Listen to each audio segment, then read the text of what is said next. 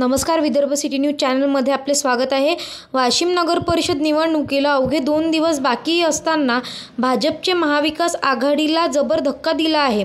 शिवसेना, उद्धव बाळासाहेब ठाकरे, राष्ट्रवादी काँग्रेस आणि काँग्रेसमधील तब्बल 15 ते 20 माजी नगरसेवक, माजी नगराध्यक्ष व ज्येष्ठ पदाधिकाऱ्यांनी आज भाजपात जाहीर प्रवेश केला। वाशिमच्या विठ्ठलवाडी सभागृहात झालेल्या या भव्य सोहळ्यात खासदार अनुप धोत्रे, भाजप जिल्हाध्यक्ष पुरुषोत्तम चितलांगे आणि आमदार श्याम खोडे यांची प्रमुख उपस्थिती होती।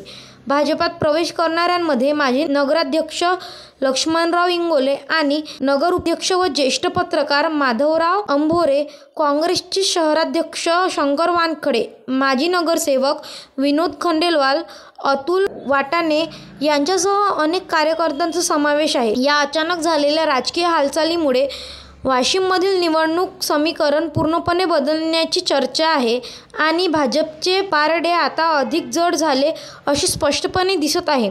या सर्व मान्यवरांनी पंतप्रधान नरेंद्र मोदी आणि मुख्यमंत्री देवेंद्र फडणवीस यांच्या विकास दृष्टिकोनावर विश्वास ठेवून भाजपात प्रवेश केला आहे।